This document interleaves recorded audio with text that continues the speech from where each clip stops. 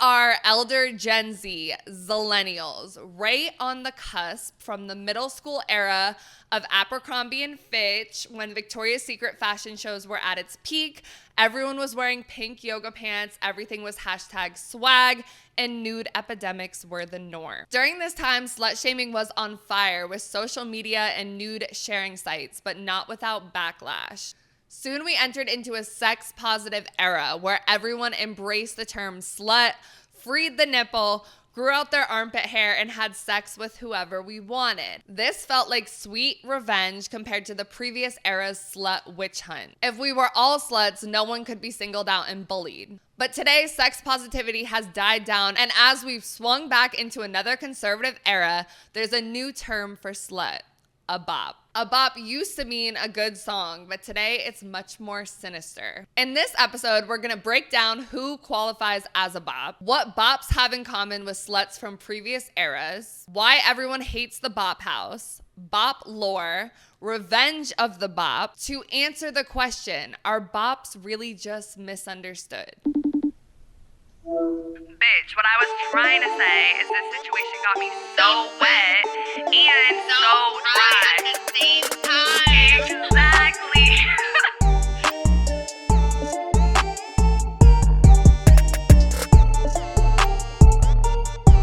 What's up, bitches? Welcome back to another episode of So Wet, So Dry. I'm one of your hosts, Autumn. Like the season, I got a new exfoliant from Lush, and I feel like a newborn baby right now. Ooh. And I work in entertainment. And I'm your other host, Fiji, like the island, like the water. I identify as a bop, and I work in social media and marketing. And as always, guys, we're going to wrap up the episode with what we're wet, dry, and still confused about the topic at the end, so make sure you stay tuned. But first, we're going to define some terms. We have to. That's how we start every episode. So what is a bop? A lot of our followers thought a bop is a song. They don't know. So bop, as far as I can tell, comes from the term bop, as in bopping around the streets. Yeah. Like you're You're just bopping around. Like right. you're aimless, you're not paying attention, you're Hot. kind of bopping around the streets, Yeah. Okay. Yeah, so that's one definition that we have from Urban Dictionary. Not going to read the whole thing, whatever. But then we also have bop in terms of a female, who gives head to a lot of people. Is the other definition. Like bob your head, maybe? Like bop, bop, bop, bob your head. Like, bitch, honestly, yeah. You're not wrong. That was iconic of you, okay? And then we also have bop, any woman that you can sleep with easily, slut, hoe, jump off, etc. Also known as treesh, whore.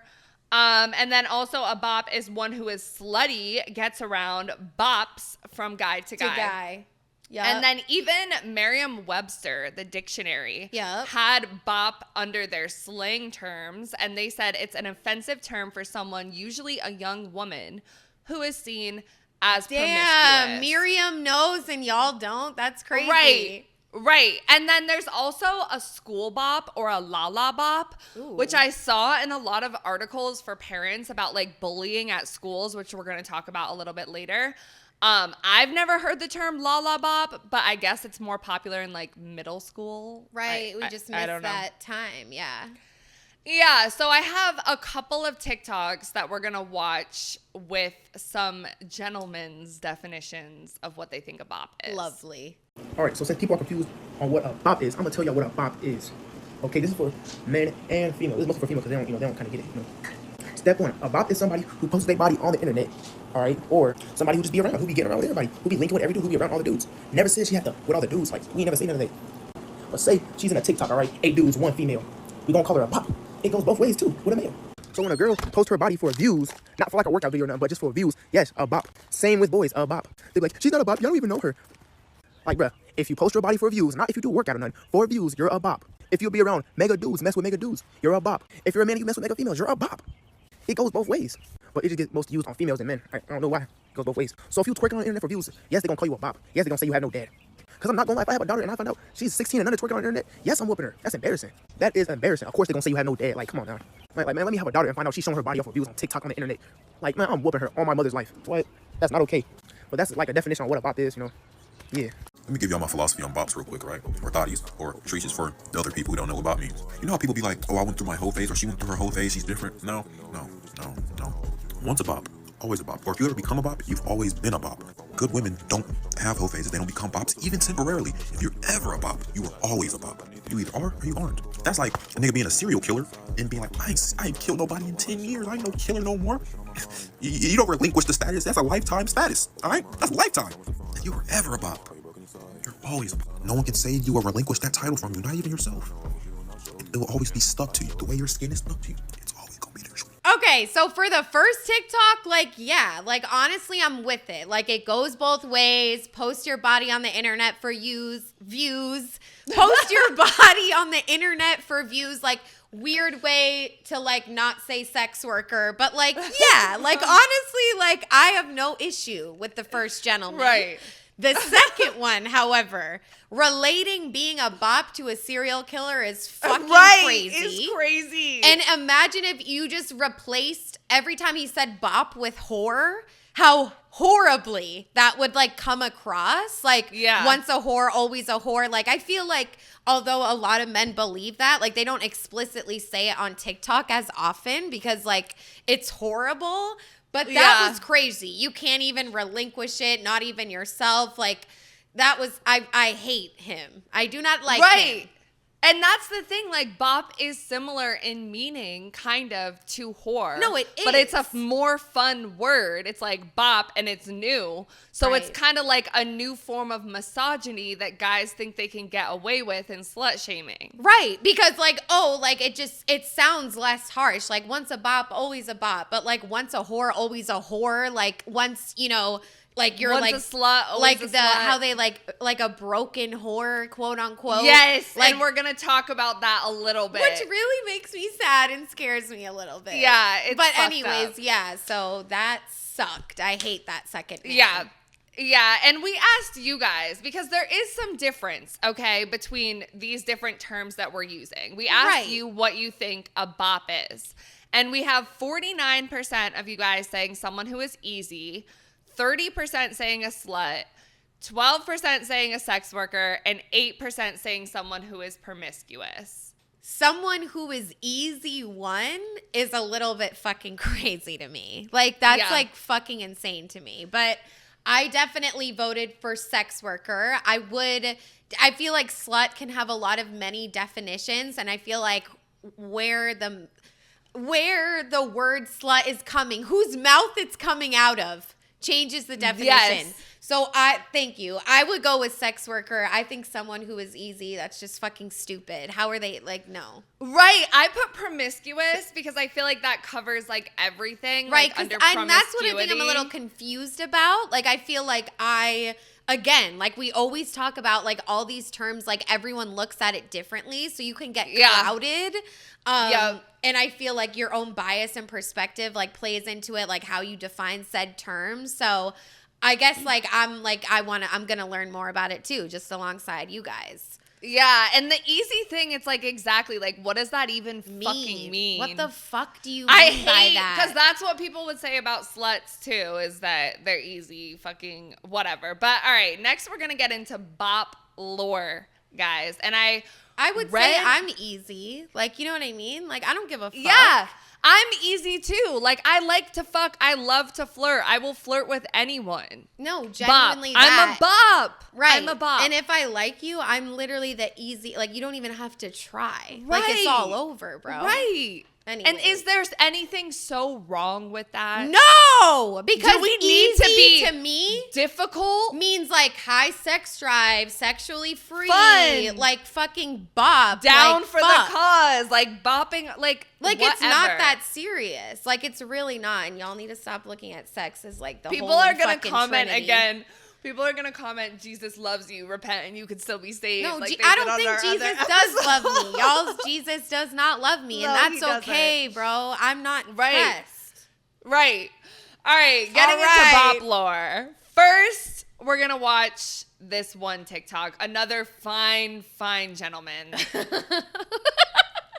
Nobody talks about this, but nothing changes the vibe quicker than when you're with a girl and she just casually drops her Bop Lore. on you. And it's always at the most random time. Like if you ever ask them about their past, they not gonna tell you straight up.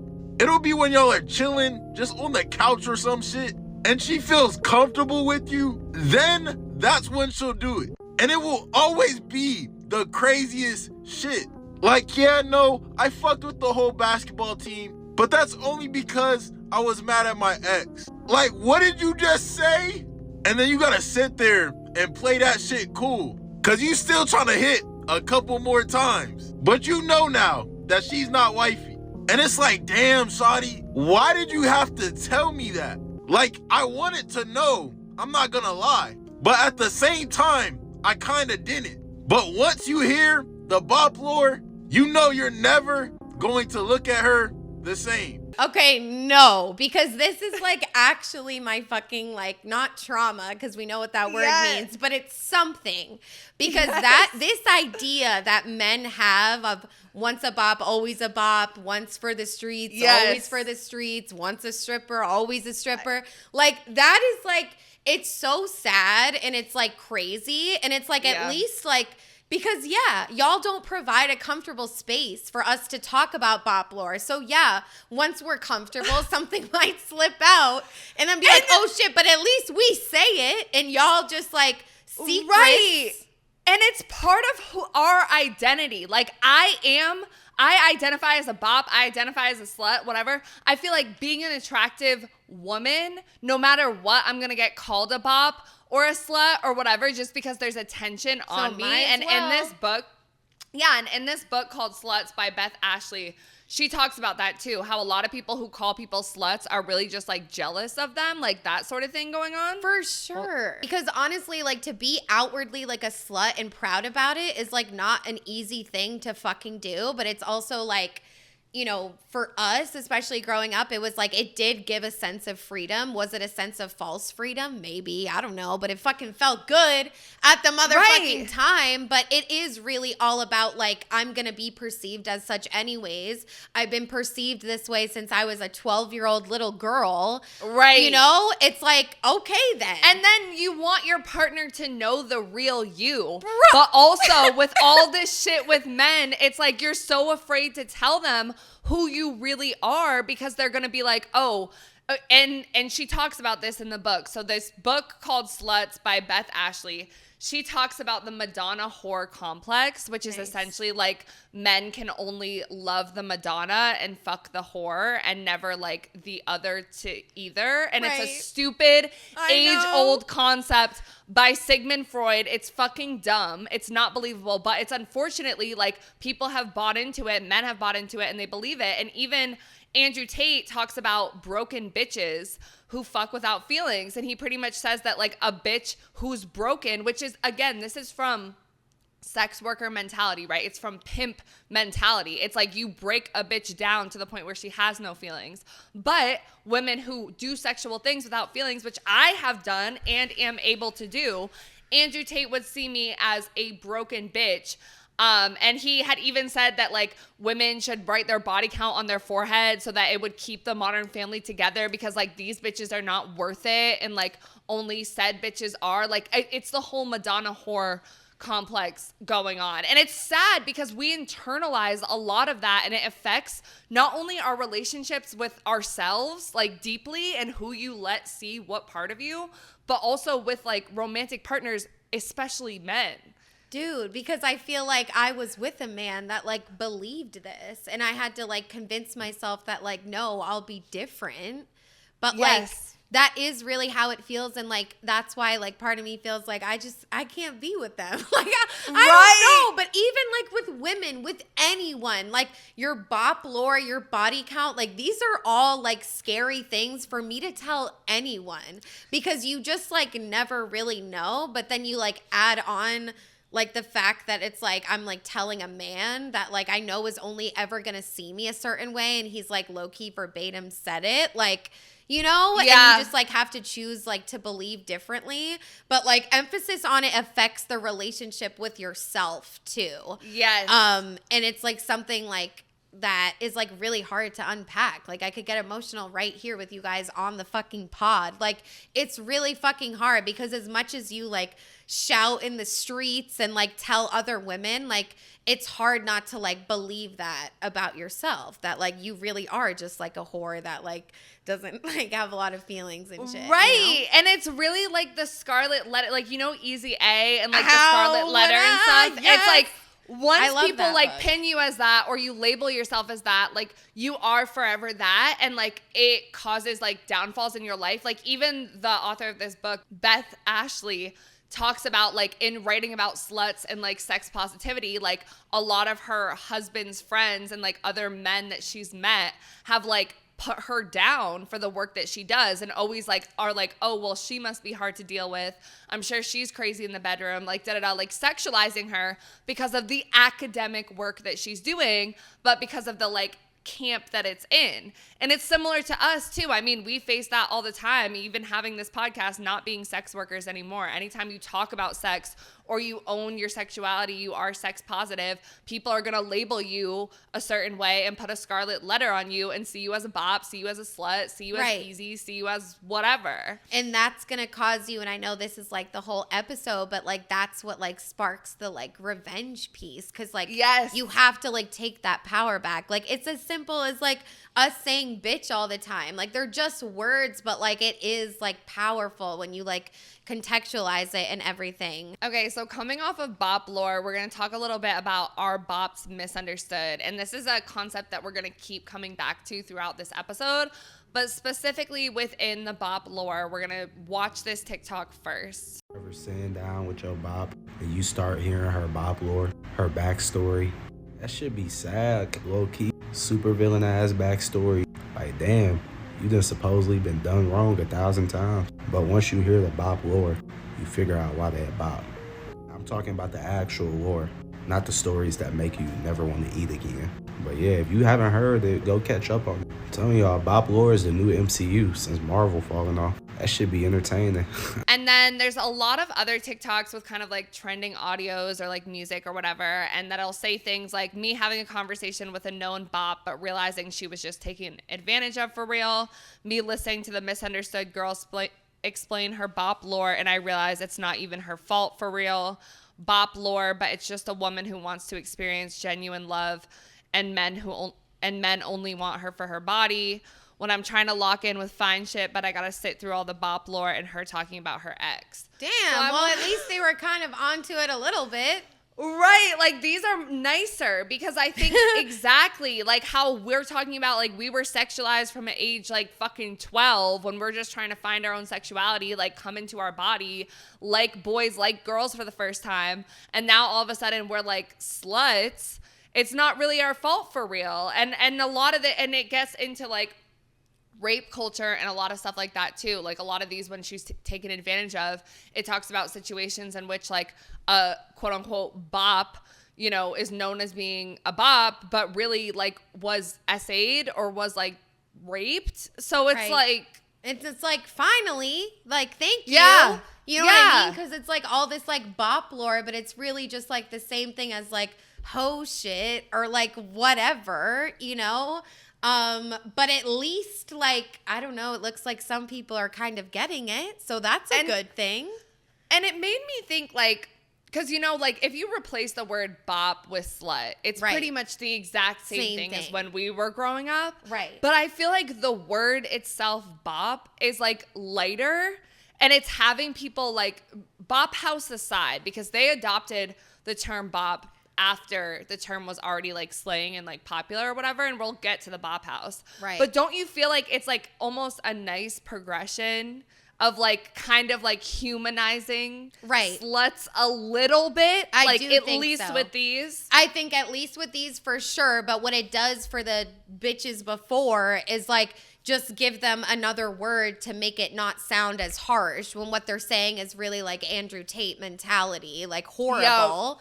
But I agree, like with the, it's like, both. I was going to say that. I was like, well, thanks to sex workers, like once again, because even though you said like bop was coined before, I didn't know that. Like I thought like Sophie Rain, the Bop House, like they were just, you know what I mean? But it's definitely like the virality Yes, yes. of the Bop House and like those girls. It's like maybe that's what's making people think about it a little bit more, but also it seems like in your personal relationships, it's like referring to like women talking about their sexual history as Bop Lore is like super interesting too. Yeah. Right. I love the term lore. A new club in Atlanta just opened up called Lore too. It's like a new queer club. I want to go. Really? Oh my God. Once I start drinking again. I know. But we asked you guys, do you think bops are misunderstood? And 51% of you said yes. 49% of you said no. I'm not going to lie, guys. There is a guy that I'm into right now, and he put yes, and it made me so fucking happy.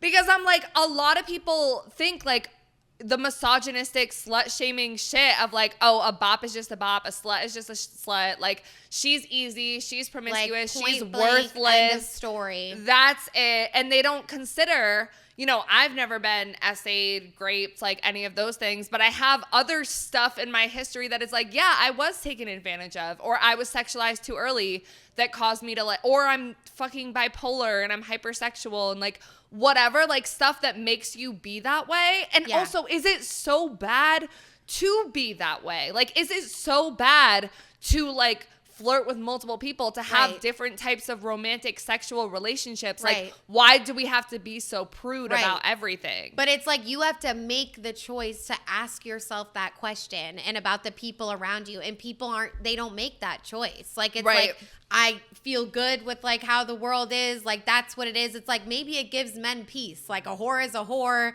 a wife is a wife. Now it's like so it's clear what direction I'm going. You know what I mean? But it's like, yeah, exactly. Like, why is it so bad? It's not so bad. And it's like you listen to sex workers and just people that identify as sluts like tell you it's not so bad, but still nobody believes them. Like, it's exhausting. But I think bops are definitely misunderstood for sure. I think nobody wants to make the effort to question if they are misunderstood. Like, that's not even in their vocabulary. So it makes sense why it's so 50-50, honestly. We love a 50-50 poll. We love a 50-50 poll.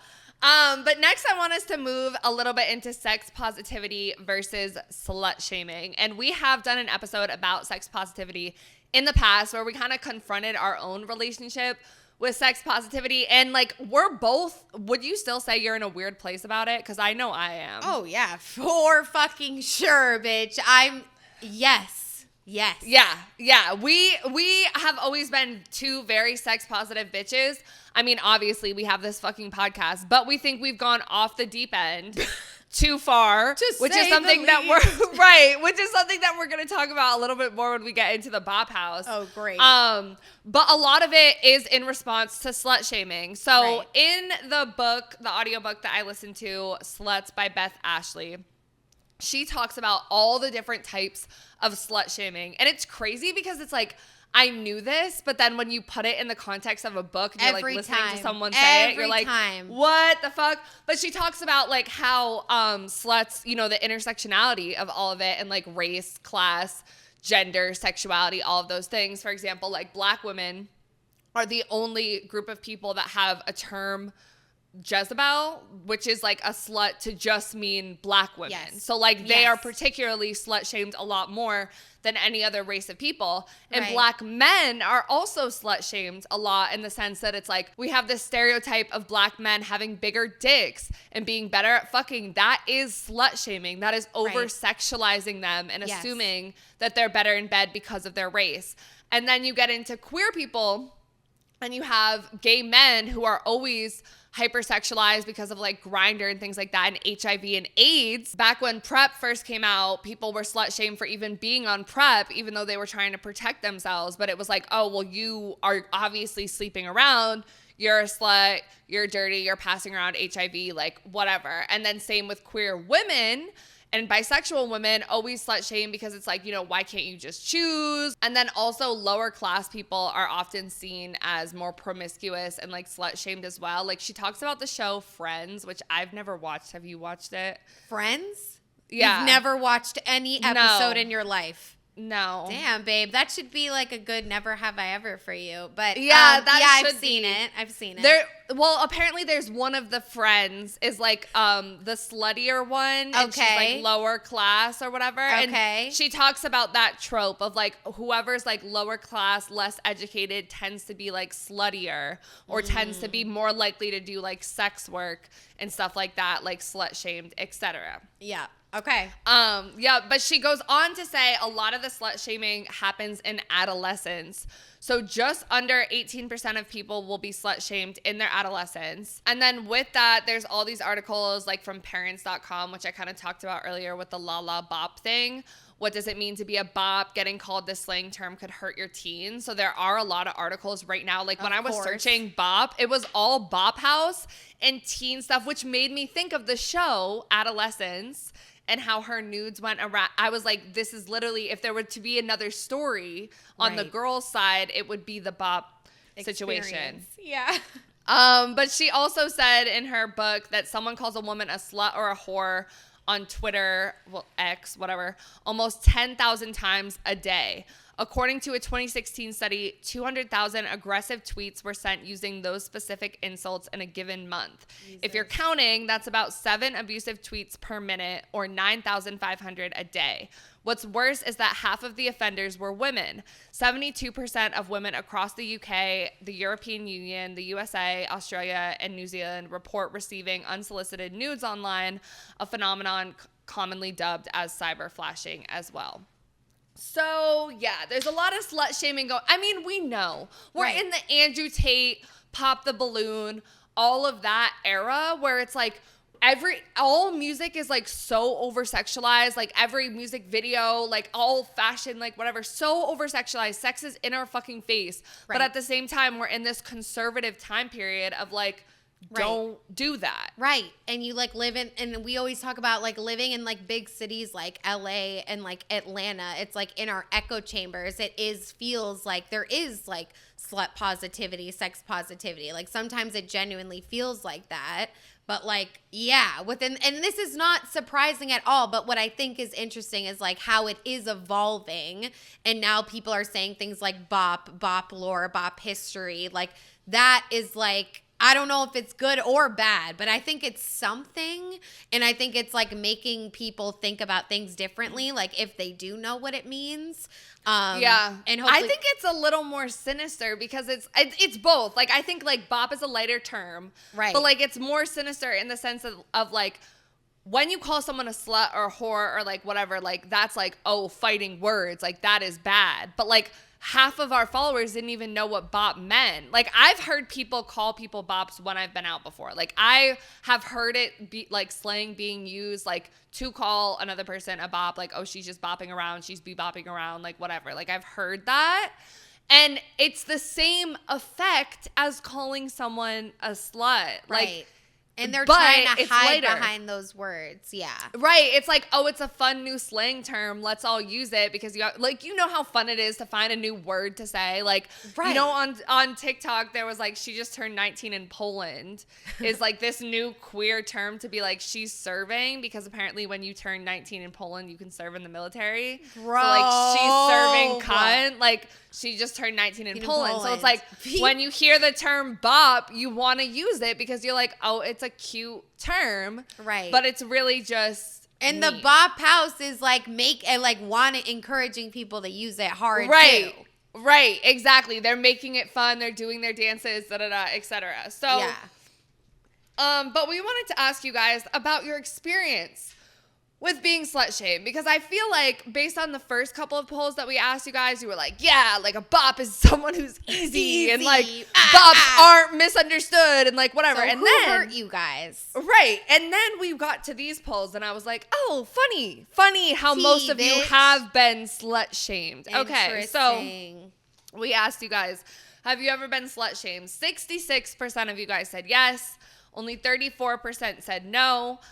When we asked how old were you when you were first slut shamed, 42% of you guys said 0 to 13. And then tied at 28% each was 14 to 17 and 18 to 25. And then only 25 plus is 2%. So most of you guys, right? Like, funny. I'm like, why are we like so like the beginning polls? I was like, this is not lining up with our experiences of being slut shamed, guys. Because if 42% of us were slut shamed before we turned 13, why do we not think that bops are misunderstood? Right. You know, right. it's just right. it's like, not- why everybody focuses on the bop herself and the bop's history. Nobody focuses on the bop's journey and why they got to be. Who's surrounding the bop? Because who cares? She's a bop. She's dead. Like, she's just, right. she is that. It like not objectifies, but it dehumanizes a person because she's just sex crazed demon, or sex crazed object, broken bitch, right? Madonna. I hate that term. I know. Babe, I do too. hate that term. I know. I do too. But yeah, for me, it was definitely 0 to 13. Like, it's middle school, like 11, 12, like for sure. I was like, oh shit, I have an ass and people are looking at it. Yes, and sometimes I deserved it. Like one time at recess. No, okay. Why would you say that? Because there were bop-like things that I did. Like one time at recess, I was like, let's play butt tag. Where everyone had to go around and smack each other's asses. Like I had a new boyfriend every week. Like I wasn't doing anything with them. Like I was just like calling them my boyfriend. But like there were certain things. Ownership. That's what it was about. Right. Back then. They were mine. Right. There were certain things that it's like by the definition of what society would call like a slut or a bop back then. But it was still like I have a hard time ever saying I was bullied because I don't think that I was. But if we want to put slut shaming in there, I was definitely bullied. Right. You know, like, but why do I see it as, I think of bullying as like, oh, you're being thrown in a trash can because you're weird or something. No, babe. But I think like slut shaming is is bullying. Yeah.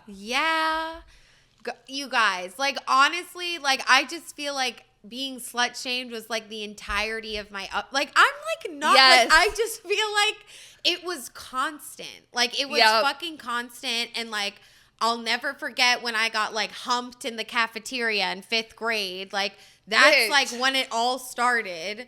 And that's something that happened to you. Right. Which is the entire thing. Like, it's like a girl is taken advantage of. Other people are projecting onto her. Because, like, same for me. When I came to public school, I was new. And I was a new pretty girl. A bunch of boys wanted me. And then I was immediately a slut. Yeah. No, like it's what happens to you, not even what you're always actively doing, even though, like I said, I was actively doing some stuff. Yeah. And I just want to say too, like, honestly, like, I just want to practice more truth telling in my life. And like, there was a lot of shit that happened to me, but like, I myself have also like slut shamed women. Like, then. Like, hard. Yeah. And as a defense mechanism as well. Like, oh, I'm not as bad as her. Right. Like, you know what I'm saying? Like, oh, that's a slut. Like, or like I'm not that, really a slut. like, her being a slut is like everything to her character. Like, it's the whole thing. It's like it blocks everything else out. Like, you can't be like intelligent and be a slut at the same time. And it was like so black and white back then. The next poll we asked you guys is, do you think school dress codes slut shame girls? And 93% said yes, 7% said no, thank God. I feel like we can all be on the same page about that. And I think it still happens, but I do think it like maybe was a lot worse like back when we were in school, but maybe not. Like, honestly, I don't really know. Has it changed? Right. I don't know. I think maybe some places it might have gotten better, but like for the Gen Pop, like it's like not. Sorry. Yeah. And just to explain like how because it talked about this in the book too. Like when it says your body is a distraction, like your shoulders are a distraction, like whatever, that is inherently slut shaming because it is painting you as like a slut and like dehumanizing like young girls. Yeah. And I'm sorry, but I will be remiss. Remember? Yes, I would be remiss to say like, and it had a lot to do with body type because I watched like very thin women get away with wearing anything. But the second someone with like a little bit of more flesh Yep, cleavage, but you're done. Whatever. Like, you're Yep. done. And it's obvious. Like, it's so obvious. Like, and you know, it's like when you're really, really skinny and like leggings kind of like look like not like leggings on you, maybe like they're a little bit looser. But it's like when a bitch like me puts on leggings, bitch, it's skin fucking tight. Yeah. Okay. Yep. And it was just like, it just made me feel like, yeah, like it's just like so fucking unfair. But go ahead. No. Go ahead. Yeah. So, and then we asked you guys who slut shamed you the most. And I definitely found this one very interesting. I feel like I haven't like thought about it like this really. Yeah. But I definitely was like immediately I knew the answer. But sorry, I just got the giggles. Okay. 33% said peers and friends. 33% said family. 18% said school and work, and 16% said romantic sexual partners. And I do think that that makes me happy, like, you know, because I feel like when it comes to slut shaming and like romantic relationships, it's like abuse, you know, like at the end of the day, like, and that's controlling what's what you crazy, wear, too. like that textbook example or whatever. And that's which what's I so have a crazy. kink about low key, but anyways. I do and I don't. Like, I do and it's like a kinky way, but not in a real life way. But my first boyfriend from like 8th grade, like he was a year older than me, like first year of high school, my parents didn't want me to wear yoga pants. My boyfriend didn't want me to wear yoga pants. And then I would get in trouble at school. So I'm like, done. I had like a classic talk, but I didn't consider it that back then. But that was slut shaming from my romantic partner. Right. You know, because he's like, my God, everyone's going to look at your ass. Right, right. And that's why it's like a kink, because it's like fucked up. Like, Because you're like, oh, I want to cover it. actually, like, yeah, but it's like, yeah, but I don't know. I feel like it's just a little bit too real. Like, thankfully have never had a romantic partner say anything like that to me either. You've never had a romantic partner slut shame you, though? Yeah, but like not, I thought we were talking, yeah, like, I don't know. Like, it's like layered. I guess I have kind of. Man? But I was like brainwashed. So I didn't feel like that was happening in the moment. I really didn't. But like looking back, like, yeah, it was like a pimp-like mentality. But in the moment, I felt like he was like empowering me. I really did. Yeah. But like, yeah. So yeah, but and that's why it's complicated. It's like, that's so real as fuck. complicated. Because especially with the sex positivity that we're going to talk about and all of that in a minute, it's like, it is easy to go over that cliff because it's like a man could be like slut shaming you, but like you feel it's empowerment because of the opposite way that it is compared to everybody else and how they haven't seen you as even human at all. So like this person is seeing you as more than not human. Right. But slut shaming you in a different way. Right. And yeah, and if you guys don't know what we're talking about, like I dated someone that like was a man, and he would like drive me to the strip club, like drive me around cities in California to strip. Like we were on stripping tours around the places. But I felt like he was one of the first partners I could be like honest about like all my like darkest fantasies. Like he was literally like driving me to the strip club, like driving me to go pick up condoms. Like he knew what I was doing and like still quote unquote loved me anyway. And like would take me to like fancy dinners and like treat me like good, I thought at the time. Yeah. Like he definitely like took care of me. Like there was a lot of nurturing in that relationship, and also like these fucking business deals we went on and like all this shit, and like I don't know. So I feel But like it was more his mentality is like when you heard him listen to podcasts or talk to other people that were like, wait, let and me I would be reconsider. surprised. I'd be like, wait, you're into Andrew Tate? Like I thought we were like feministing on the way to the club. Like that's what it was like for me. Like because I was like naive. Like I had never been in love with a man, let alone a man like that. Like I was just like, you know what I mean? And part of it is like, I mean, to It be able was. to talk to a partner about that and be that open with a partner and like have someone like hold you after the club and all of that like changed my life for sure. Beautiful. Yeah. And it was like there were moments of that. Like nothing is like super black and white, but like at the end of the day, like he did say things to me like, well, we first met at like 3 a.m. and like had sex right away. Like I've been told that too. Did you think I would forget that? Like that's how we met. Like, but he did the same thing. Like exactly, but it doesn't matter. And like back then, I was like I would never think about that because a lesbian would never say anything like that to me. And like that was like my whole experience. So I was like, wait, what? Like one night stands. What is going on? Like we're not. But anyways, yeah, so like that combination of like being slut shamed and also like empowered in a weird way. But 33% did say family, which like I want to hold space for. Like I personally like didn't experience that. Like I grew up with 2 moms and like my dad like had no control over me. Like I don't know. Like so I feel really lucky, and I feel like the slut shaming coming from the family, I can imagine like definitely hurts in a very, very different way. Yeah, I was gonna say I feel weird saying it because I know my mom is listening to the podcast. Hi, Mom. Hey. But I do think, and I don't think it's intentional. I'm not like angry at my family still for like the ways in which like policing what I wore was a thing. Like, because I clearly wear whatever the fuck I want now. My mom knows I have my nipples pierced, tattoos. Like, I can, you know what I'm saying? Like, I can show up in a short skirt to a family party. I won't, but I can. But back then it was very much like you can't wear yoga pants, you can't wear short shorts. And I remember also being because your dad and your brother are around, which is a little bit like, but it was very much like the men, or there's men working on the house. I remember that being one too. Like there were men working in the yard, or we were getting like the pool uncovered or something, and then it's like, okay, you can't like wear that around them. Like it was like the idea that your body is always something that's going to be like provoke the men around you. And I think a lot of it also comes from the fact that I went to Catholic school. I mean, my parents met in Catholic school. They went to Catholic school too.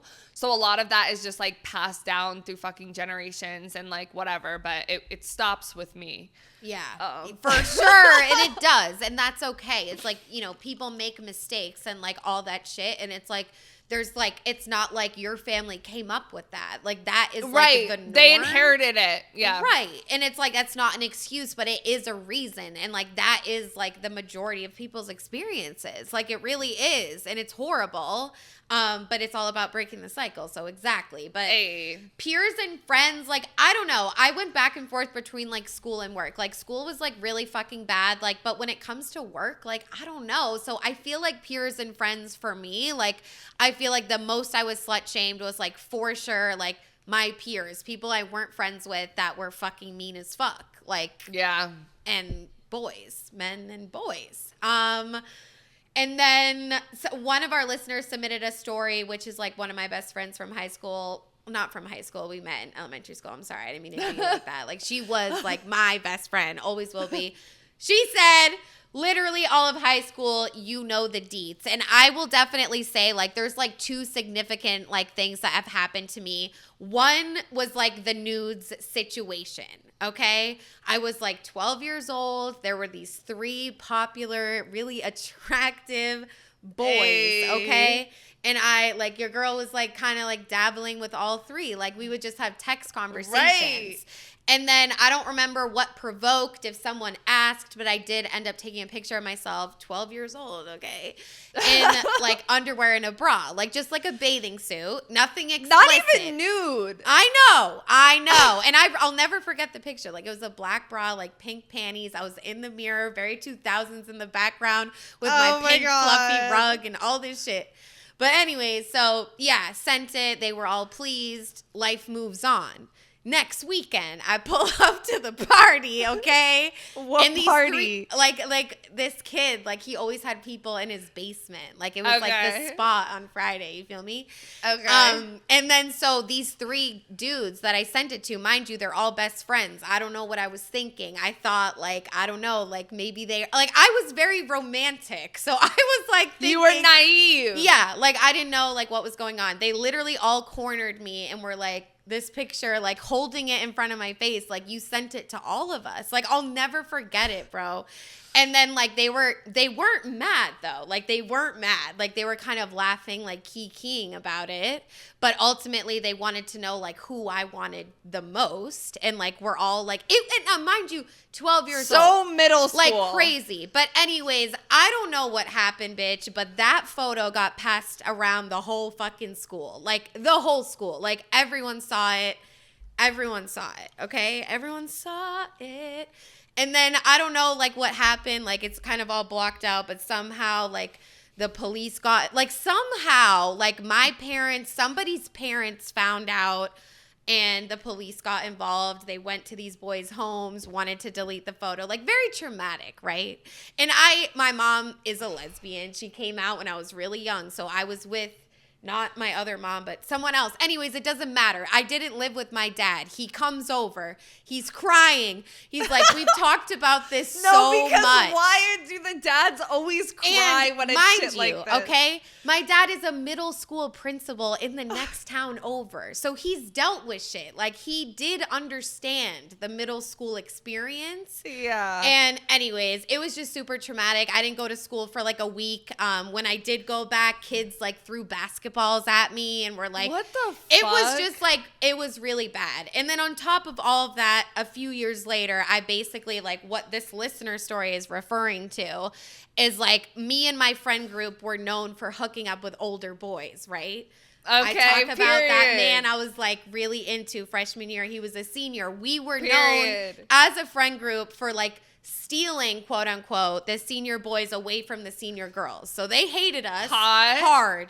We would like walk into the hockey arena and someone would tweet like live update, like they would call us little girls, LGs, okay? Hashtag LGs was trending, bitch. I'm not joking. Like, this shit is right out of a movie. But anyways, like, it was bad. Like, it's just, like, literally been forever. And, like, I get, like, hot. Like, my face is getting red talking about it because I feel like we don't think enough about our own bop journey either. Like, I just criticize, but it's like, it makes sense why I got into stripping. Like, I'm so sorry. But, like, it's very obvious to me now.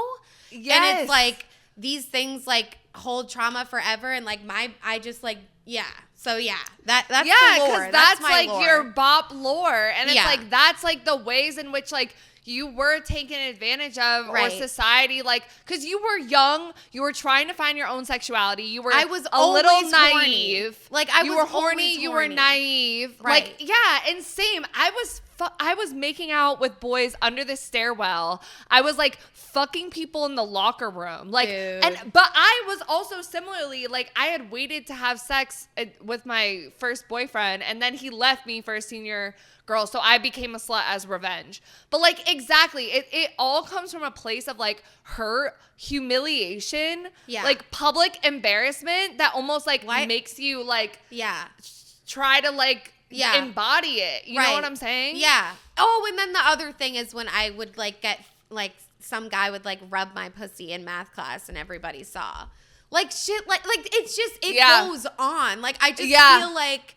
And my mom worked so hard to be like, don't look in the mirror so much. There's more to life. But I just feel like I was vain and like obsessed with myself in a weird way, like because of all the attention that you get. And it's like, this honestly does go hand in hand, at least in our experience with like pretty girl privilege, like for sure, you know? And it's like, I always like, and like, this is like a weird fucked up thing to say. So maybe we should cut this. But like, I remember like in high school, like me and my friends being like, honestly, like if we were ugly, like we would have such good grades. Like we would. No, I remember wanting and to like, be what ugly. kind of fucked up shit is that? But it's true because I remember like telling my mom before, like, I just want everything to stop. Like, I want to be like ugly. I want to be weird and I want everything to stop because it's like in your school when you're young and there's that much attention on you. And like, also you are like, it's like the popular fucking Olympics, like whatever. But it's just like, you're young, you're horny, you have like boys' attention. You're just going to go a little bit fucking batshit versus if you like were someone that like And I don't know, because kids like that probably like dream, they dream of being the popular kids. They dream of being the attractive kids, like whatever. And most of those people glow up and look better than the attractive Every kids. Like, single you know what I'm saying? time. It always fucking happens. But I remember like, and it's always, it does make me sad because like those stories about like, there's so many stories about the misunderstood weird kid that was bullied for like whatever. But I don't think there are enough stories, and it sounds crazy to say, about the pretty popular slut.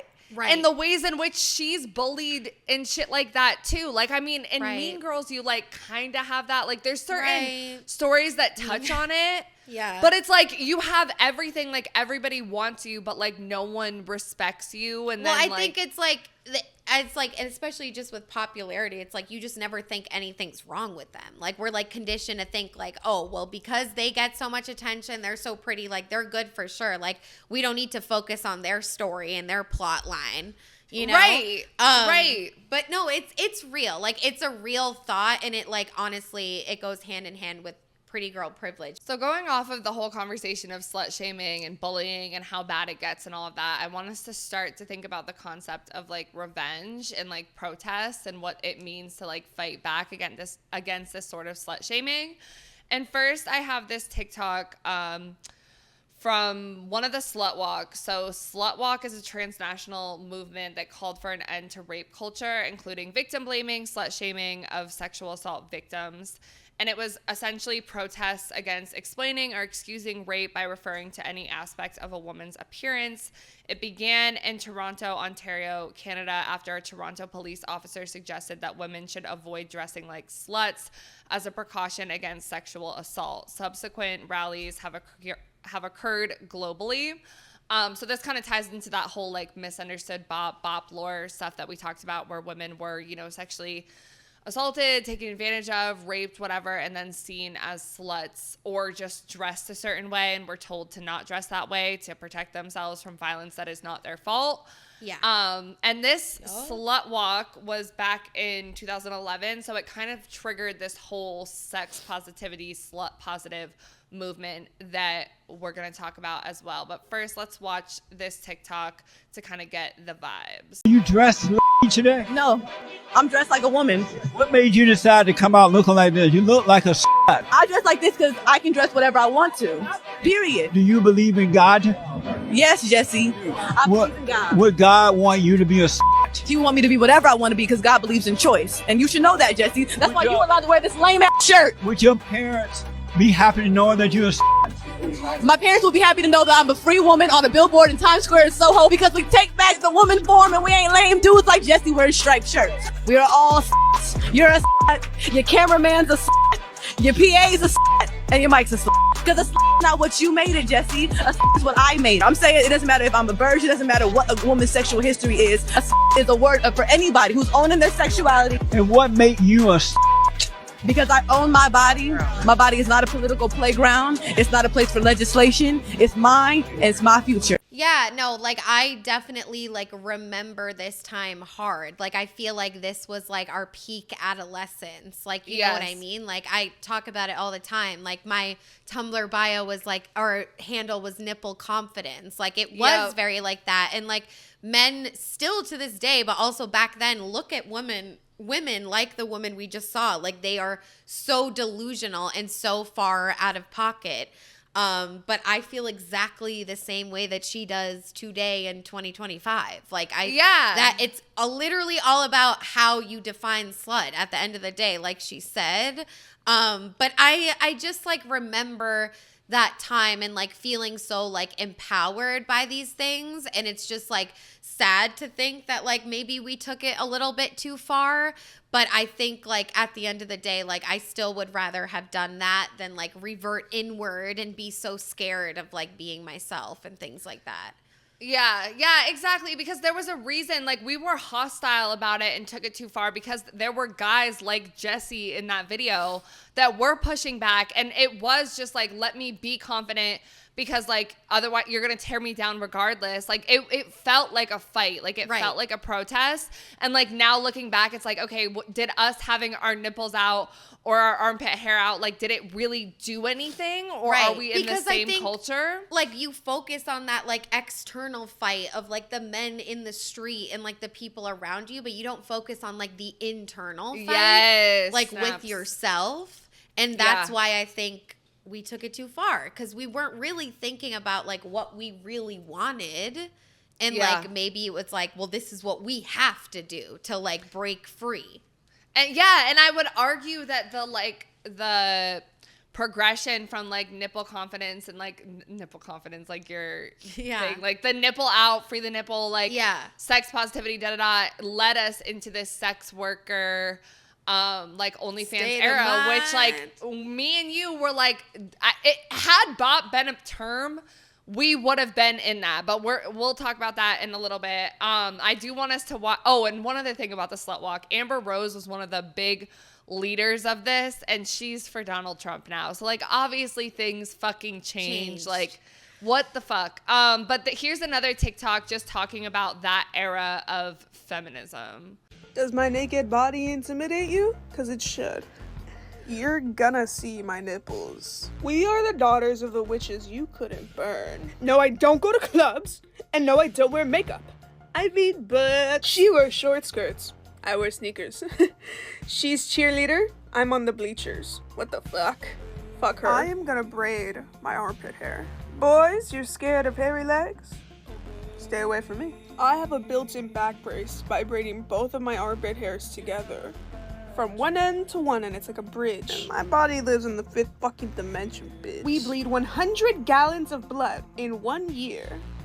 What about you, boys? Pregnancy feels like 10 gunshots to the head. And I will eat pizza. And I will wear leggings. What are you gonna do about it? Messy hair? Don't care. Keep your dirty high heels and makeup away from me, you floozy. I don't want any of that. I have broken all of my bones skateboarding.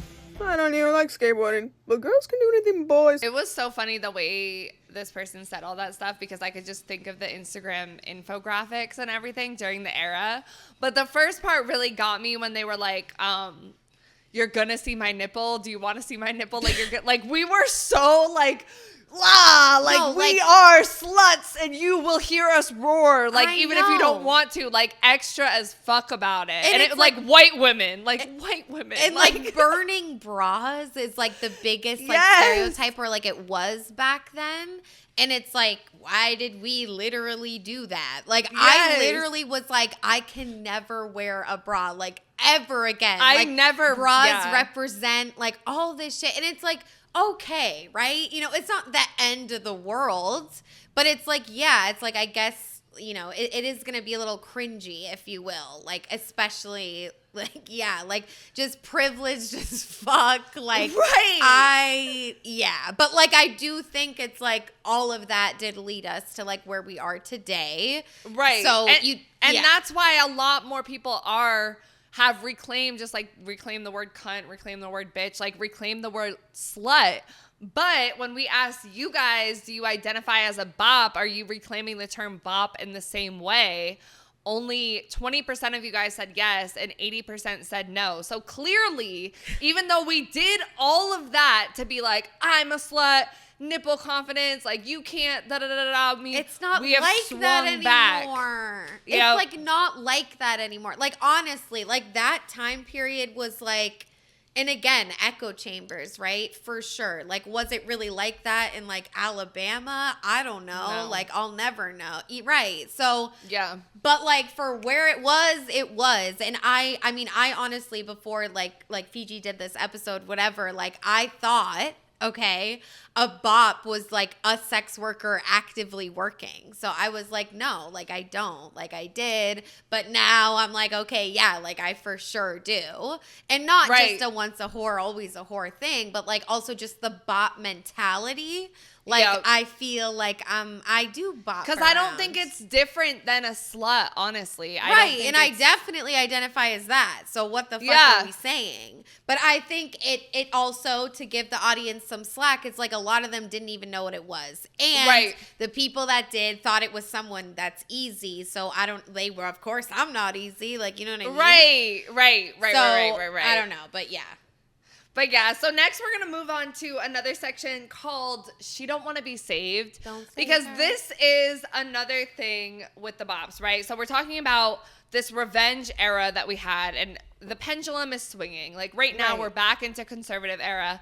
I think we're going to swing back, and we already are with the Bop House, being like very revengeful over the slut shaming that's being received, like whatever. Right. But sometimes these bops may meet someone romantically who is trying to show them how they should be treated, the other side, and they don't want to accept that. They want to continue to be a bop, which I think is real as fuck. I've been there. So we're going to watch these 2 TikToks and talk about it. I think the reason I fall in love with whores is simply off the fact that they're good people.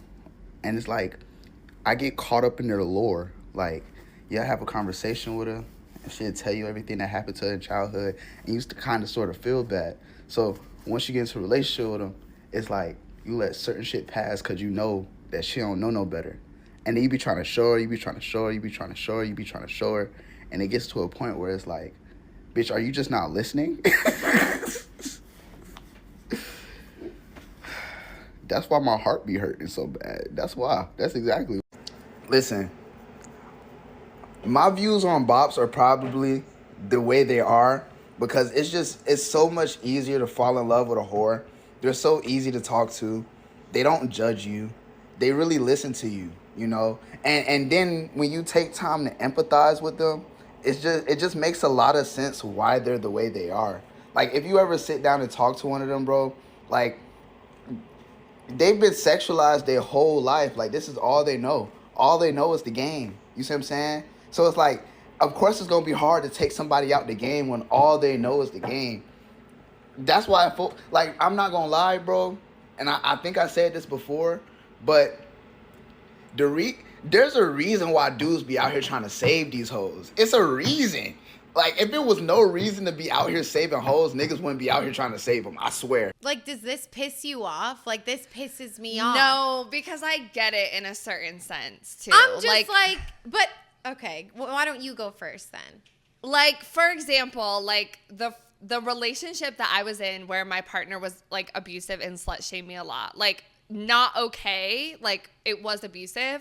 But also, like, I think that I'm someone who is a slut, is a bop, is a whore, knows nothing besides that, and didn't, like, you know what I'm saying? Like, I don't believe in the mentality that, like, a man has to, like, teach you how to act right or pull you out of it. But, like, when he said the line about, like, that you know nothing besides the game or, like, whatever, like, that is true. Like, I've been dehumanized so much as a woman, as someone who's seen as a slut, like, whatever, that, like, I don't ever believe that a man's intentions with me are pure.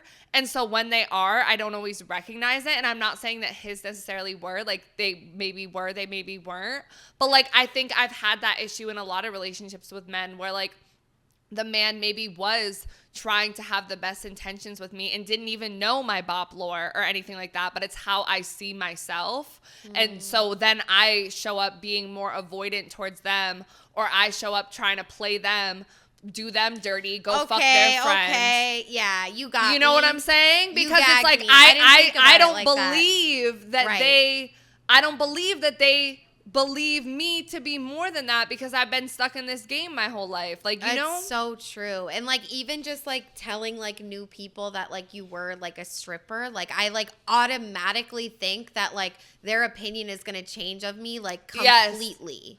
Completely. Yep. Even telling them about the podcast. Like, even being I like, know. yeah, I talk about know. sex on the internet. It's like, okay, whore. So we get what kind of person you are. And it's like, right. no, and then it's actually- almost always like open season. They think you want to fuck them. And it's like, all right, no. Right. Like, maybe like 5% of the time, yes. Yeah. But like, and I just hate the whole idea of, like, this man actually thinks that you can, quote unquote, like, save someone like that, because I feel like obviously like no, you can't. Like if they need freeing from their like bop tendencies, like they are gonna have to like do it themselves. Figure it out yourself. And that's like what I've had to realize. Like I've had to like sit myself down and have real conversations with myself, and like still to this day constantly about like my own self-worth with stuff, because it's like, okay, yeah, I'm a proud slut, I'm a proud bop, I'm a proud like sex positive, whatever, we have this podcast, but then like when it comes to intimate relationships with people and how certain people see me, I'm done. Like I've had that conversation with my therapist multiple times. It's like, yes, like I go by different names. I don't talk about the fact that I have the podcast with my corporate job because there's like more to lose, whatever. But like I keep my life, I'm very like we talk about all the time, like you don't want certain people to know certain things about you. And then if you do open up like that TikTok that the guy talks about, like a random day on the couch, you open up to a guy, he's going to punish you for it for the rest of your life. But then also, am I choosing the wrong men? Like, you know what I'm saying? Like it's so multi-layered, and I think like it empowers me to like look at the ways that I can take accountability. Well, I think for, like, both what things I can change. be true, because any man that has not unlearned that like a whore is just a whore Right. and will always be Right. like that is going to like maybe not even punish you, but like in a way like just hold it against you, like bring it up, like consistently bring it up, like. And that is like how staying with him is like until Right. it gets too far and it becomes an abusive relationship. Right. Like obviously don't blame the victim, but like if you see that red flag, like you should leave them and not like enable that behavior. Right. And Right. I've stayed with people because I think it's a reflection of my own self-worth. Like I as think so, corny too. as that is, like you know what I'm No, saying? Like it's true. it is. And it's also like I think like, oh, like I'm so sexually confident, like I'm so bold, like I would try anything. But then you like have like intimacy with someone I actually like. I'm a completely different human being. Terrified. What the fuck? But like a one night stand with someone I don't give a fuck about. I could be a freak. That's my artist exhibit. I'm like, all right, I'm ready, bitch. Right, but when you actually like care about what the other person is like thinking about what you're doing and what you're looking like, I'm done. Like I don't know how to do that. Like sober sex, intimate sex, I love you sex. Those are like maybe like those things scare me like a lot. Yeah. And it's a big deal. That's when I'm like, yeah, sex is a huge deal. But if you just have a one night stand, oh, it's no big deal. You wear protection. You call it a day. You got birth. I don't know. And so many people would use what you just said to hold it against you and be like, isn't that a terrible life? Isn't that a tragic life? Da, da, da, da. And it's like, no, like it is fun to still have those hookups, to still have that meaningless sex. Like it is empowering. It is fun. Sometimes it's not. Like sex positivity can go too far where it's like you're just fucking like aimlessly. But it's like, I don't know, like some people, good for fucking you that you know how to be vulnerable and have loving sex and all of that. Like, I'm glad. Right. I'm glad the world didn't fucking jade you the way that it did to me.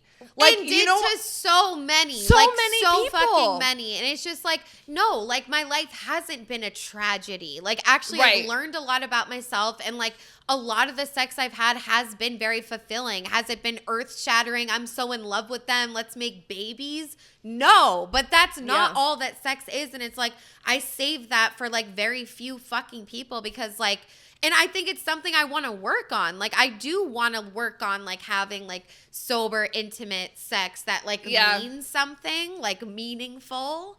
But I don't want to just do that forever. Like, we gotta, like, have, now I sound like Mix a man when they're like, I don't want just one type of chick. The madonna-whore. You need a new bitch every week. No, seriously. But, like, no. But it's like, yeah, it's something I want to work on. But no, it's not a tragedy. Like, we need to stop looking at it like that's a tragic life story. Right. And we need, like, Jesus to save us and all this. And we're broken bitches and all this stuff. Like, no. Like, I'm a fucking happy person. Yeah, like, I'm not broken, actually. Like I deal with shit sometimes. And same with people who have been like sexually assaulted, or like I've been in a domestic violence relationship. Like I'm not that.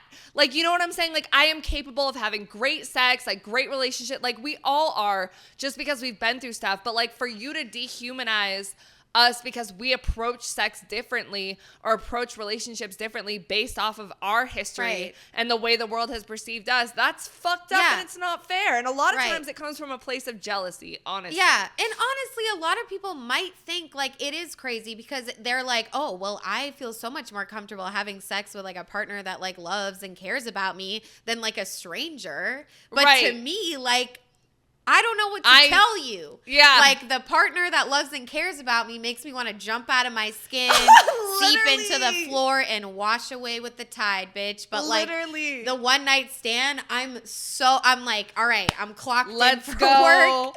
I'm like the most extra dramatic version of myself, confident as fuck. Like I don't give a fuck what they're thinking. This is my time. This is for me. This is a performance. Yeah. Mic drop. All right, guys. So moving on to our last section. I'm calling this Revenge of the Bop House, coming of age and turning hurt into hustle. And we're going to use the Bop House as a case study, but I also want us to talk about our experiences because essentially the Bop House and Sophie Rain, who is 20 years old, she made $43 million, which is more than a lot of NBA players. All right, how much did you make last month? $6 million. All right, next person. That was underwhelming. I don't even. She's known as the OnlyFans final boss. And so she started the Bop House. And the oldest in the Bop House is 24. The youngest is 19. Damn. They've also come under fire a lot for the way that they dress. They wear a lot of like pajamas, like slippers, like look like super cutesy. Obviously they're known for the drama with Camilla in the house, has started drama with like Alabama Barker. There's also the whole thing. NLE Choppa. There's also the whole thing with the Bop House auditions, which I'll show some of them right now. Like, if we were that age, we would be like auditioning. Here's my resume. I would want to be right. And we also do need to consider the Bop House is very white, and it's white and Latina mostly. I think there might be like one Asian girl in the Bop House. A lot of like light skin, Yeah, but when we talk about like privilege and stuff like that, I think that's an important thing to know as well, because like if this was a different race, maybe they wouldn't be able to get away with as much as they have been. But I watched this one YouTube video that was pretty much shitting on them. Like every YouTube video that I watched was absolutely shitting on the Bop House. I look at them like they're eating. Like they're iconic, right? And same, because it's like, but it's a story that I think is similar to ours. And one of the things that a lot of the, like this YouTube video and this other one that I'll put on the screen focused on is calling them like jail bait, and how they focus on the young thing, the youngness of them. And what I want to say is, and guys, like me and Autumn, we're strippers at what, like 19, let me 20? Take my hair down for this. For sure. Yeah, we were 19 20 years old. Before we could legally drink, and I would wear pigtails. I would purposely look younger than I was. I mean, we did look young. We had old men trying to fuck us, and we were young. Didn't think we looked young. Right. And so I want us to talk about that idea. We embellished that idea. Right. We thought we were grown. Right. But that's what I want to talk about a little bit, because when we think about the Bop House and how the oldest one in the Bop House is 24, the youngest is 19, they just had this drama with the 17-year-old. Can't you strip at 16 or 17? Can't you legally strip? I thought it was 18. Maybe it is 18. Maybe. You're right. It has to be. I think there's just like girls that said that they lied about their age or whatever. Yeah, and I think in other countries it might be different, but I think here it's 18. Right, but so the idea, and them dressing younger and everything, it's like, well, they are young and they are coming of age, and it's not their fault that like the number one kink is like daddy little girl. Right. Like you're playing to that advantage. Like that's their job. They're sex workers. Like what like it's not like we're just like doing this for fun. Like this is like the game that they're playing. Like, this bitch has $43 million. You think she'd have that? And no, what kills me is those little faces they make. Like, I can't even do it.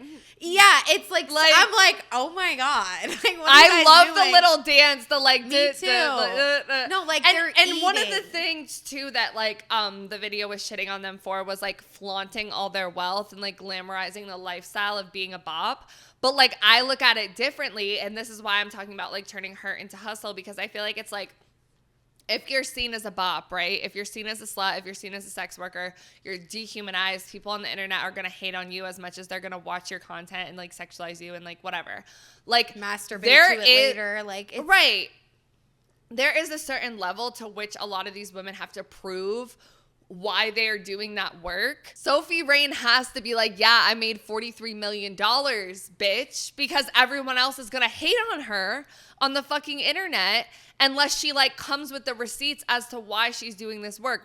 Look at her Lamborghini. Look at her house. Look at her getting to hang out with a group of girls her age and just make content all day. Like, they have to glamorize the fuck out of that shit as a defense mechanism, because everyone else on the internet is going to slut shame them 10 times more than they do the girl that they're just like know from school. Like, that is the culture we're in. Right. And it's like, do I wish that like sex workers on the internet would be more transparent about the dark side?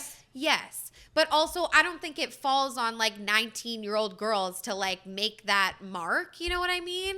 And I also think if they're still growing up. Right. And if when sex workers do focus on that, it's like, oh, well then stop. Like, why are you doing that? Like, blah, blah, blah. And I also think it's just as simple as like sex appeal, like a cute girl with a fancy car. Like, they could also just post it for that reason too. Like, you know, it's not even necessary. And I forget what episode it was. It was glamorizing sugar dating relationships. Yeah. It's like everyone always thinks they're bragging, but it's like, yeah, it's like, no, this is like their job though. Or Findom. It was Findom when she had to post all this stuff, and it's like, well, that's like how she attracts the new people that are going to pay for stuff. And exactly, like, that's how you attract clients, because it's like, you're not going to attract like a client that wants to pay you $2 as a tip when you have a Lamborghini. Like, no, bitch, you need someone who's going to give you a $5,000 tip or something like that. Like, you are setting your class. Like, this is like a job. Right. And yeah, like, the term bop didn't come from like the bop house. Like, they appropriated, which I like that they did that. They took something, like, it's like calling it the slut house. Right. Or the whore house. Like, they are like bops. And they took something that they were bullied on the internet for, and they're turning it into a fucking hustle. Like, dude, iconic. It's crazy. I do think it's iconic, and I do think it's like very much like a Lily Phillips situation. And I feel like with this whole idea and like everything we've talked about with like slut shaming and bops and all of that, like, and this is like an example, okay? Like, I was like, the other day I was in a grocery store, and like this guy like hit on me, catcalled me, and it was like weird. But like 2 weeks ago I was in a grocery store, and this guy hit on me, catcalled me, and I liked it. And so the second time it happened, my roommate was like, oh, but you liked it, right? And I was like, no, not today. And I feel like there's this whole thing of like the bot mentality, like when it comes from you and you're screaming it and it's so loud that like you're so ready and like ready to take that on, it's like it does feel like you're invincible to the hate a little bit. Yeah. But the second someone's like putting that on you, you just feel like your power is taken from you, and you're like, whoa, what the fuck? Like, you know what I mean? It's like fucked up things have happened to me, and sometimes like I was cool with it in a weird way. And then sometimes I just like really fucking wasn't. But like ultimately, I think what they're doing, iconic. I love the whole thing, turning her into hustle, all that shit. But we asked you guys directly, is the bop house bad for society? And 51% said yes, 49% said no. That's crazy. And I feel like, is the bop house bad for society is like the title of one of those like parenting articles that we mentioned before, like teen bops and like all that shit. But I don't think it's bad for society at all. I think it's a product of the time we're living in. I think it's modern day sex work. I think it's like a revolution. Like, no, I don't think it's bad for society. I think like a lot of things are bad for society right now. This is not top of list. I think it's better because it's like, think about it. This is a house of young girls that wanted to get into sex work. They chose to get into sex work. They are living together as friends, making all of their own content, producing all of their own content. Like, when has the sex industry ever been like that? The last house was like the Playboy Mansion. That was what's his fucking name? That was Hugh Hefner, a dude and we have no problem with that. Everyone wears their Playboy bunny fucking ears, their little charm, whatever. But then when we have women in the seat taking control of their own bodies, their own sexual performance, in the bop house, all of a sudden it's too much. It's bad for society. Right. No, that's actually such a good point. That's crazy. And I love that they've reclaimed the term bop. I think they're very ahead of the curve.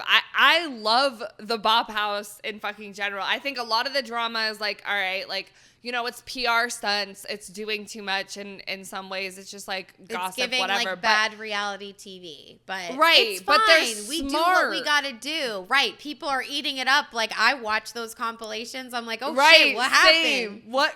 Same. I don't give a fuck. Like, it's entertaining. Yeah, even if you know it's fake, it's still entertaining, and they obviously know that. Like, they are fucking really smart. It's like, men do this shit all the fucking time. Like, just let them pimp themselves out. Like, fuck. I don't know. So then we also asked you guys, when you were slut shamed, did it cause you to want revenge? And this honestly surprised me because 53% of you guys said no and 47% said yes, but it still is very close. And I feel like I honestly like revenge, avenge, whatever word you want to call it. Like, there is a huge part of me that wanted to like see myself be powerful in the face of something that like tries to make me feel small. And that's why I love the Bop House, because I think that they're seeking that like revenge, and especially for us as former strippers and sex workers, that at the time our peers, our families, I mean my family, like my significant other, everyone around us was like, no, what are you doing? And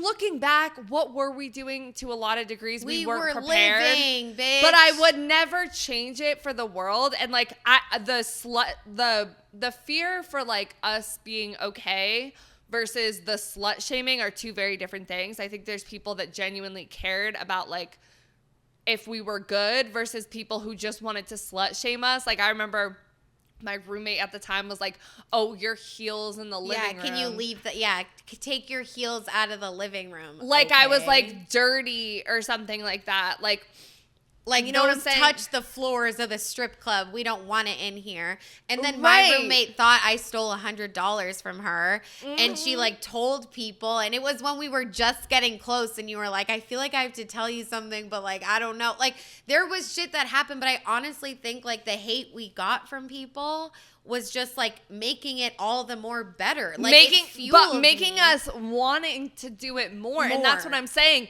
Turning the hurt into hustle. Like, I'm saying, like, that the more people hated on us for being sluts, strippers, like whatever, it made me want to keep doing it. And that's what the like fucked up, and I don't think that's a good reason to do it either. And that's what, because you're masking. And I think a lot of people are like, you want revenge. Why would you go be a stripper where like men get to like touch you and like all this shit? Like, that I honestly think is what the quote unquote normal person's thought process is.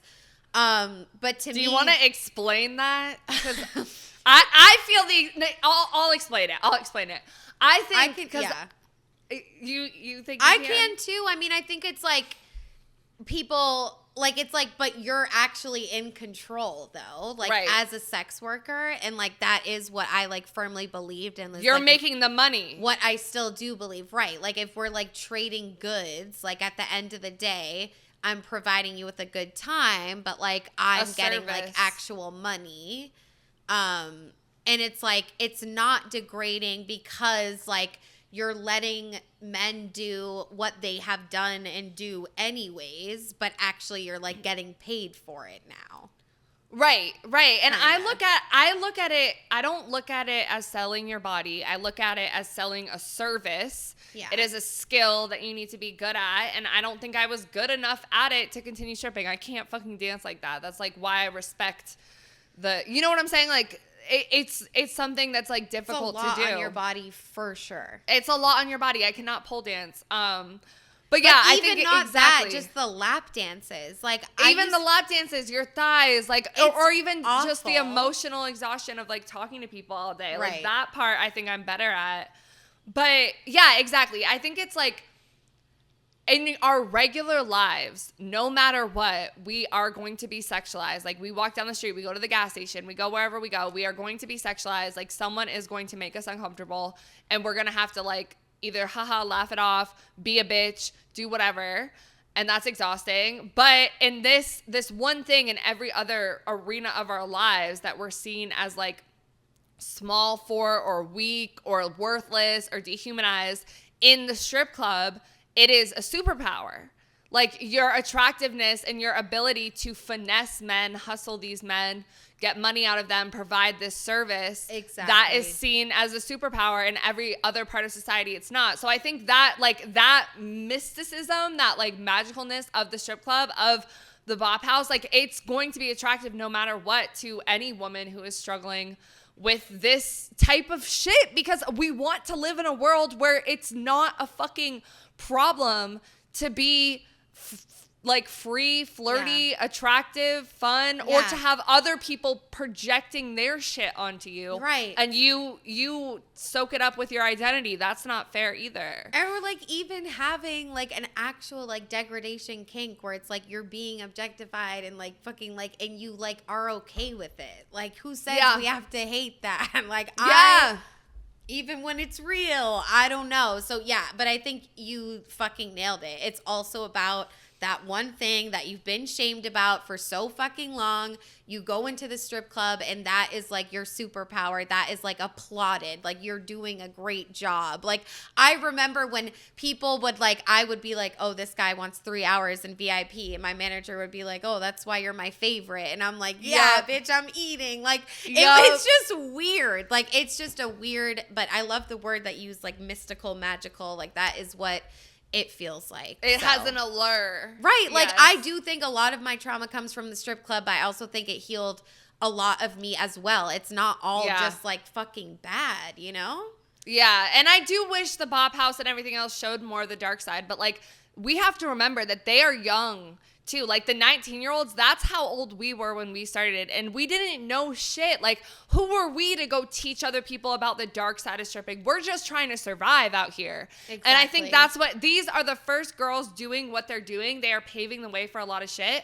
Later, we'll hear them come out and talk about certain things, but I think it's on the older sex workers and people in the industry and people even like us who were 19. We weren't doing it in front of all of TikTok, but we were doing it in front of our college and our peers at the time, and did face like the backlash and like maybe have some certain regrets about taking sex positivity too far, or like not being careful enough, or like whatever, you know. I'll just never forget like bringing our heels and outfits to class. One day, and the bag didn't even shut fully. Like anybody could have seen it, and I was just like, "Yep, we go." Like here we go, bro. It's crazy.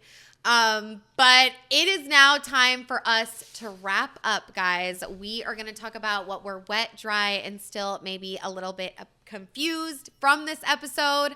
I will go first, and definitely I'm so wet about like learning more of like what a bop is, although I wasn't as clueless as our listeners, okay?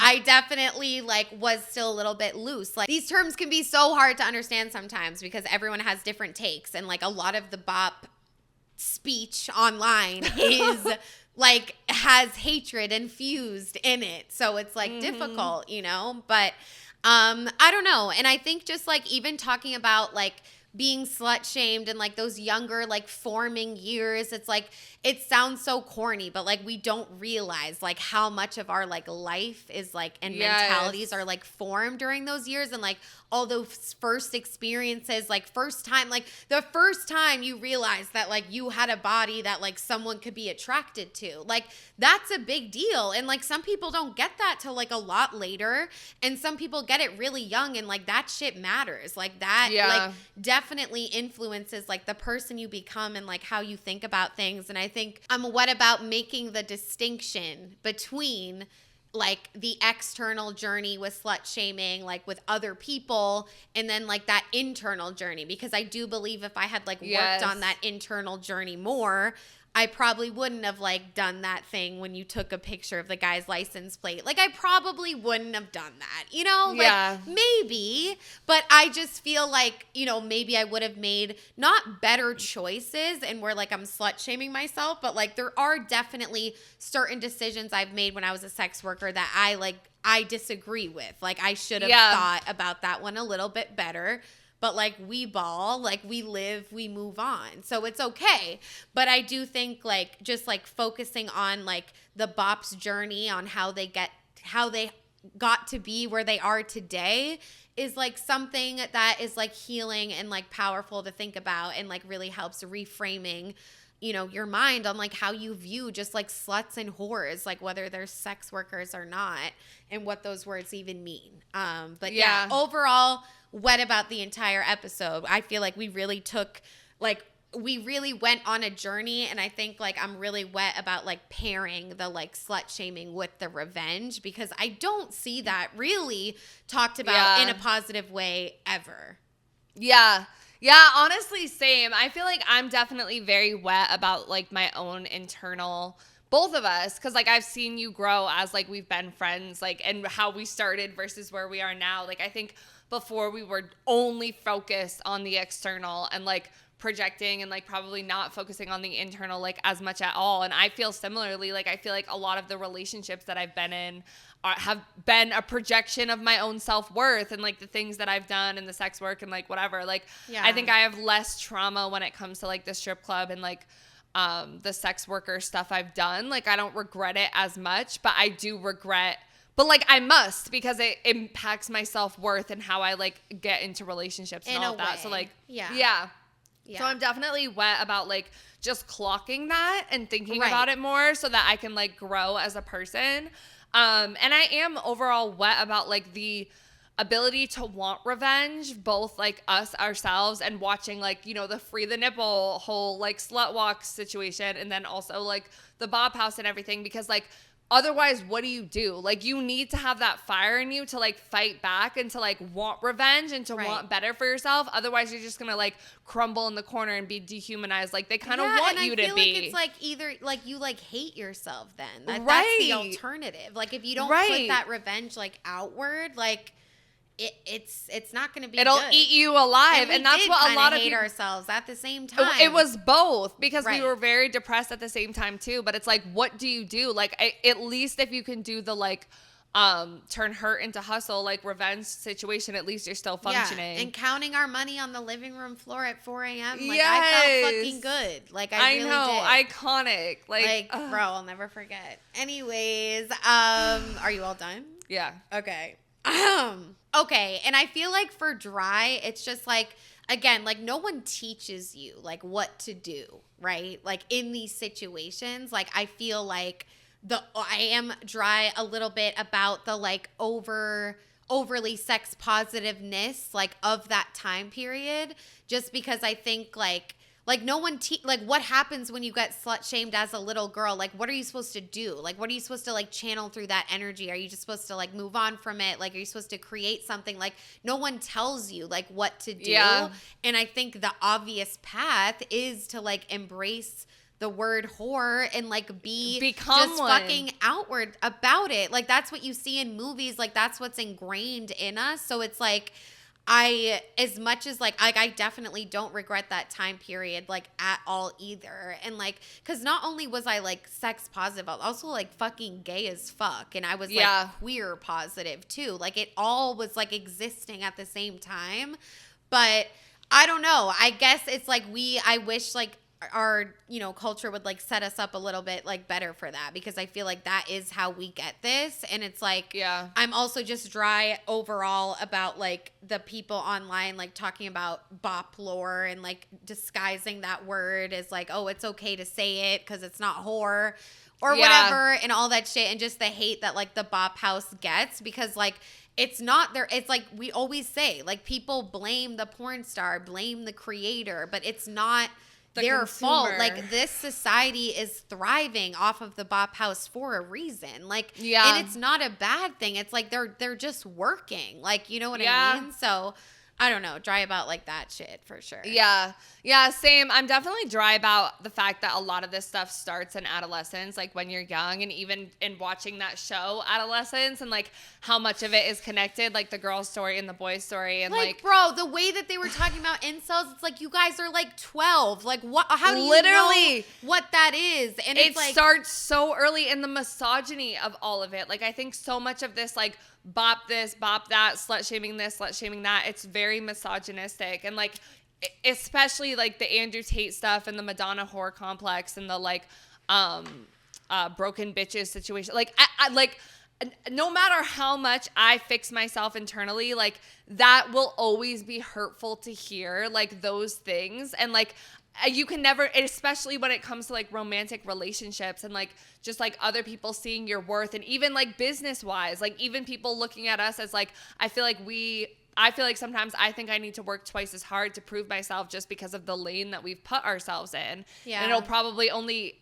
continue to get that way as we struggle to find like sponsors or like people to work with and like whatever. Like when we went to Revolt World, like both of us were kind of crushed a little bit after because like no, we were the way that it felt like to be just constantly put in this box. Yeah, we were treated as bobs, and we were like, they don't know the hours of work and research and everything that we're putting into these episodes on a day-to-day basis. And they're just like, oh my God, like just zoning in on the fact that we were strippers. And it's like, okay, yes, we've labeled ourselves that way. Like we've made that part of our brand, but that is not all we are. But we're going to continue to have to deal with the fact that like, that is what we'll be labeled as. And it's disappointing and it's frustrating, but at the same time, it's like, and it's also important to say we're strippers. We talk about sex work so much. Why the fuck would you guys listen if we didn't? Like anyone making like a sex work video on the internet and they're not like a sex worker, never were, like I wouldn't take them seriously either. Like you can't possibly like know that experience. And even for us, it's limited because like we're white women. You know what I mean? Like it's different and like that's all we can speak to and like whatever. Right. But yeah, I just got so passionate. What just happened? What are we talking about? Revolt World, like all that shit. It's like, yes, it's really difficult. And I really struggle with like, I'm not smart enough to like whatever. Like I'm just like a fucking whore. Like fuck me daddy. Like I don't know. Like I feel comfortable doing that. But like I actually am like really smart and stuff. Right. But I just feel like, yeah, I don't know. And I feel like you're so smart. Like I feel like you're so smart, babe. I know. Okay, let's take a deep breath. Okay, moving on. For confused, obviously we're confused. I feel to a degree. I feel like we definitely are still, and like correct me if I'm wrong, but like we are at this point in our lives where it's like we were slut shamed forever. And that's not a unique experience. Like, I know. It's like as women, femmes, whatever, like that happens. And even men and all that shit. And then it's like we became sex workers. We've been in relationships that were like not great and like shit, like men shit and like our dads. Like, you know what I mean? Like there's a lot. Like there's a lot. And now it's like, okay, like we're approaching a time where like arguably it's like we get a little bit like healthier, quote unquote, every year, and it's like we're like getting to that age, like we're having sex normally, and it's like, what do you do? Like I don't know what to do, like with all this shit that's happened. And it's like, so all I'm trying to say is like I'm just confused about the whole like over sex positive hypersexuality. Like why do we fuck? How do we fuck? Like how to be confident as a bop, like titties out. Like I don't know. Like because I do think it's like you get older, it's like that young confidence when you're a young girl. I'm like, bitch, I'm untouchable. And I'm feeling that a little bit, but less. So it's just, it's like that advice on like how to like approach sex. I don't know. And I know that's not, I'm like spiraling a little bit, but I know, Fiji, I know. But I guess also the part I'm confused about too is like how to get away from this like heterosexual, like, you know, you're a whore, you'll always be a whore, like how men view women and the types of women, like, oh my good God in heaven. Like, I just feel like it's like exhausting and like the Bop Lore, but it's like, you know, what about the men that are like, oh, actually, like maybe it was not her fault. I want someone to listen to my Bop Lore and love me anyway. I know, like and it would take hours to fully get it out, but I can't even say it enough. Like months. With anyone, even not a man, it's scary to to like really tell people like what I've done. I don't think I'm ever gonna do that. Yeah, but we've told some of it on the right. podcast. Yeah, no, but that feels easier because no one else is really because we can't see your faces, guys. Like what if and once we blow up, I'll let you know how I feel. And then about once it. we blow up, the tabloid story will be like, oh yeah, then I'm done. I'm done for. But anyways, I guess that was yeah, no, same. I'm definitely confused about how to proceed. Like, I don't know what era of my life I'm in right now. Like, that's what I'm saying. I feel like because of this podcast and because of my views, just in general, like politically, sex positively, like da-da-da, like I am a bop. I will always be a bop. I will always be a slut. I will reclaim that because like that has been a majority of my fucking life and like still to pretty fucking recently. So do we feel like we just should or do we really want to? Like, I don't know. Anyways. I feel like both. I feel like honestly both. I feel like I'm just pessimistic about the belief that someone will love me anyway and that I can continue to love. I think I need to learn how to love myself as a bop and or a former bop. You know what I'm saying? Because like even when we reclaim the term slut, it it's just means like different you put things. out all this energy. I'm so confident about being a sex worker. I promise. I promise. Like I'm a slut. But and then you're not. But you're not. And how you like it needs to be like a cool, calm, collected I was a bop. Suck dick for euros or euros. Now we're in Europe. Yeah, I sucked a little dick for some money, but I'm still lovable.